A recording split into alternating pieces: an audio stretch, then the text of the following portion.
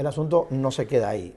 Hay otra serie de alteraciones que sobre todo que tienen que ver de forma directa y proporcional con situaciones medioambientales como es el alza, literalmente, por lo menos endémica, digo yo para no hablar del resto del mundo, de una elevada tasa de intoxicación por metales pesados. Esto es una barbaridad. Nos hemos cargado los mares y con ellos los peces, y los pescados azules tienen, tienen en su masa muscular mucho contenido graso, en lo cual se depositan estos metales pesados, tales como el mercurio, el aluminio, menos el aluminio, esa fuente, y el plomo, porque tiene que ver más con la pintura, tiene que ver más con los perfumes, con los desodorantes. Declinó un poco eso. Yo no recuerdo en 30 años que estoy consciente de eso, un caso clínico de saturnismo, es la intoxicación aguda por plomo descrita. Ahora son más insidiosas, ya no tenemos digamos, las cañerías cambiaron. Me acuerdo, en Cuba cuando éramos niños había cañerías de cobre y plomo y qué sé yo. Todavía hay en Europa.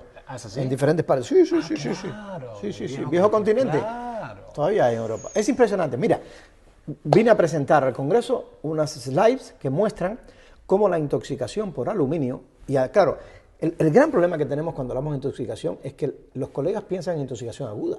No, claro. Única exclusivamente. Hay un concepto que no podemos olvidar que se llama bioacumulación. O sea, y este es un concepto que está en la toxicología médica. En la medida que usted bioacumula elementos tóxicos, aumenta la capacidad de expresión patológica en algún momento. Claro. ¿Ok? Anyway, que tendrás mayor o menor disponibilidad para expresarlo en dependencia de otra serie de factores, los cuales están condicionados habitualmente por tu capacidad de toxificación en fase 2. Y ya este es otro ramal que no quiero meterme. Damos un paso atrás. Por pedirte que explicara fase 1 y fase 2, pero da para un... Damos un paso atrás y nos quedamos con que estos elementos, como el aluminio, por ejemplo, que es un paper recién publicado, actúa en el sistema nervioso central de los niños que tienen intoxicación por aluminio, en el modelo de la génesis del autismo, por la misma vía que actúa la hiperreactividad de los receptores NMDA en el cerebro, que recuerda el desarrollo de la enfermedad de la esclerosis lateral amiotrófica o enfermedad Lou Gehrig. Impresionante, impresionante. Otro ejemplo, plomo. El aluminio, yo recuerdo, eso es viejo, Okay. El aluminio está implicado en el Alzheimer también. Así es. Es que este es un modelo, este es un paper que salió para poder explicar una serie de alteraciones neurofuncionales que ocurren en niños que tienen intoxicación por aluminio, de los cuales, dicho sea de paso, la mayoría tienen adosado un componente de afección de la detoxificación desde etapas de su nacimiento y concepción. No hay duda alguna. Early exposoma, ¿no? Exactamente. Hasta cierto punto por el early exposoma y por otro lado, porque si la capacidad de actividad de las 8 enzimas que regulan fase 2 no son buenas, sin lugar a duda la tendencia es a la bioacumulación. Claramente, y se expresa en etapas más tempranas. O sea, un montón, pero se pone denso, sí. La detoxificadora central del organismo tiene dos grandes fases y una serie de enzimas encargadas de eso. Y lo que nos acaban de decir es que no solo se incrementa la carga tóxica del ambiente, sino que los detoxificadores están mermados por otras cosas que estamos haciendo mal. Así es. Ese es un punto. Fatal. Y dicho sea de paso, la mayoría de los elementos tóxicos actúan primariamente disminuyendo la expresión del sistema de antioxidación y del sistema de detoxificación. Yep. O sea, es como el individuo malo del barrio, ¿no? Primero le hace daño a la policía y después roba. O sea, para que no me controlen, literalmente hablando. Es impresionante. Más si de fábrica, si naciste con una actividad enzimática pobre, estás entregado en que en algún momento expreses la patología. Hay un nexo muy discutido ahora entre que si a través de una fuente, que puede ser una vacuna, o que puede ser una fuente cualquiera de un metal pesado, se origina la sintomatología clínica, ¿por qué no se origina en todo? Es imposible, se origina en aquellos niños o adultos, porque en adultos también pasa, en que tienen ya una bioacumulación importante y habitualmente eso está precedido porque su capacidad de toxificación enzimáticamente dependiente, bioquímicamente dependiente, genéticamente dependiente, no es buena de fábrica. Sí. Y hoy, por suerte, sabemos estudiar eso e incluso producir un upregulation de esas enzimas. Bien. Lo cual es muy bonito esta parte. Es maravilloso. Nos estamos perdiendo una parte muy bonita. Claro. Bueno, pero hay que tiene alguien... Esta distinción tiene que ser hecha, porque los médicos no tienen ni idea de esto, los médicos corrientes. Me quedo pensando lo que tú dijiste hay que hacer este libro corriendo. Cuando escuchábamos a alguien que hablaba sobre el mercurio, el timerosal, qué sé yo, y tú recordaste que nosotros estábamos sobreexpuestos a todo eso en Cuba, pero nosotros no había autismo en ese momento, ¿no? Claro, eso es una buena observación, no porque la escribió. No, Además, estábamos realmente juntos es buena. Sí. recién en un congreso hace una Fue semana. espontánea, no es que lo había pensado Sí, antes. sí. Realmente es que yo siempre digo una frase que aprendí de un gran amigo neuropediatra que se dice, que se llama, o que dice él, una golondrina no hace verano. O sea, el verano está hecho por múltiples golondrinas. O sea, no hay que ser reduccionista, hay que tener en cuenta todos estos factores para ver cómo personalizar el manejo.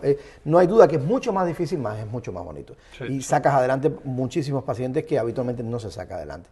Es así. O sea, ¿cuántos timerosales estuvimos expuestos nosotros de niños? Y no sabíamos nada. Tremenda. Y sin embargo no desarrollamos. Se usaba como se usaba, para las heridas. claro. Y no desarrollábamos patologías neurofuncionales del espectro de los TEA, del trastorno del espectro autista, como hoy en día siguen creciendo.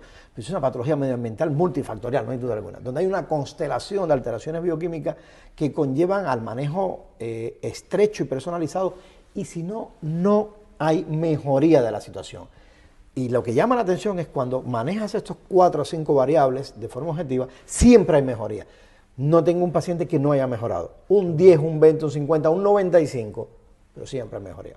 Entonces, esto es un factor que está condicionando. Fijaros, Ernesto, fuera del impacto sobre el trastorno del espectro autista o trastornos neurofuncionales, llama la atención que en el 2011 se publica por una revista de hipertensión arterial, Greenwich Hypertension, publicada en PubMed, un artículo que demuestra que la intoxicación crónica por mercurio es reconocido un factor de riesgo cardiovascular. Ouch. Y que dice muy claro el paper, todo paciente con cualquier patología cardiovascular debía estudiársele los niveles de mercurio a través de examen de cabello, examen de biopsia o de uñas o examen de orina. Bien. Es una recomendación por un panel enorme de científicos muy acreditados a nivel internacional, más no se hace. Sí, No se hace. en este caso, cuando ahora te escucho decirlo, se me escapa cuál sería la explicación mecanística, pero lo que es cierto que... Te lo puedo explicar porque... Sea cual fuere, tenés que quelar eso y sacarlo. Habitualmente no puedo expresar algo que no me haya explicado. Ah. Por tanto, te lo puedo explicar. Realmente, el modus operandi por el cual el mercurio genera este daño hacia el desarrollo de enfermedad cardiovascular es que potencia. Lo primero que hace el mercurio es cuando se mete, se impregna en los tejidos ácidos grasos abundantes, y llámese la atención que el 60% del cerebro es grasa, ¿okay? Y el resto está en las membranas de nuestras células, induce oxidación. O sea, primero, antes de inducir oxidación, si es que lo podemos separar semánticamente por un tema docente, deprime el sistema antioxidación endógeno, se lo carga, compuesto por 3 enzimas fundamentales que son como escudo que tenemos dentro de las células para protegernos de lo que nos oxida. ¿Okay? Entonces lo que hace es cargarse los escudos primero. Y después, pues con todas las de la ley, va a inducir oxidación. Si yo, superóxido dismutasa, glutatión peroxidasa, catalasa... exactamente. Esas 3 con la subvariante de la superóxido dismutasa citoplasmática y mitocondrial. La mitocondrial se la carga también. Entonces, esto induce una disfunción de la maquinaria energética. Induce una disfunción de la señalización celular, porque no debemos olvidar que nuestras membranas celulares son el cerebro de la célula. Esto está afectando la conformación por un estrés oxidativo. Compren una loncha de bacon, pónganlo en un sartén, denle calor. ¿Qué va a pasar? Cambia la morfología del bacon, ¿cierto? Tal cual cambia la morfología de la membrana celular y las proteínas transmembranas ya no funcionan como debían funcionar. Y eso es muy interesante, muy bonito y más frecuente de lo que imaginan. Sí. Es un experimento que estoy dispuesto a ejecutar de inmediato. Más, no se queda ahí el asunto. La otra vía por la cual induce esto es que, exacto, esa es una. Y la otra vía es que el mercurio genera una depresión de una enzima muy importante que se llama paroxonase.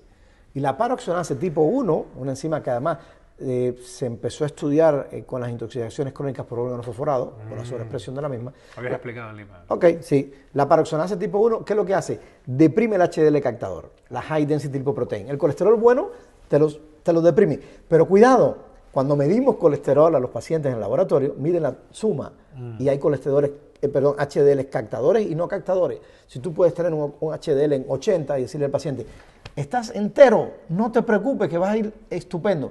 Falso, no sabes cuánto de ese 80 es captador o no. Claro. Si ese paciente tiene intoxicación crónica por metales pesados, en este caso mercurio, lo que hace es inducir de forma importante una down regulation de la PONS, te baja el HDL captador y tienes un HDL ficticio, Por tanto, si no tienes un HDL ficticio, no tienes la molécula que coge el colesterol que se está oxidando y lo devuelve al hígado y le dice, usted se va de la casa, para que no haga daño. Después te voy a preguntar off cámara, porque es demasiado técnico, pero ¿qué hay que pedir? Porque lo podemos hacer en nuestro laboratorio sin ningún problema, ¿no? Pues sí. Hay que crear esa discriminación entre especies, subespecies del colesterol. Es que eso es sumamente importante. Entonces, tenemos mercurio, tenemos plomo. El plomo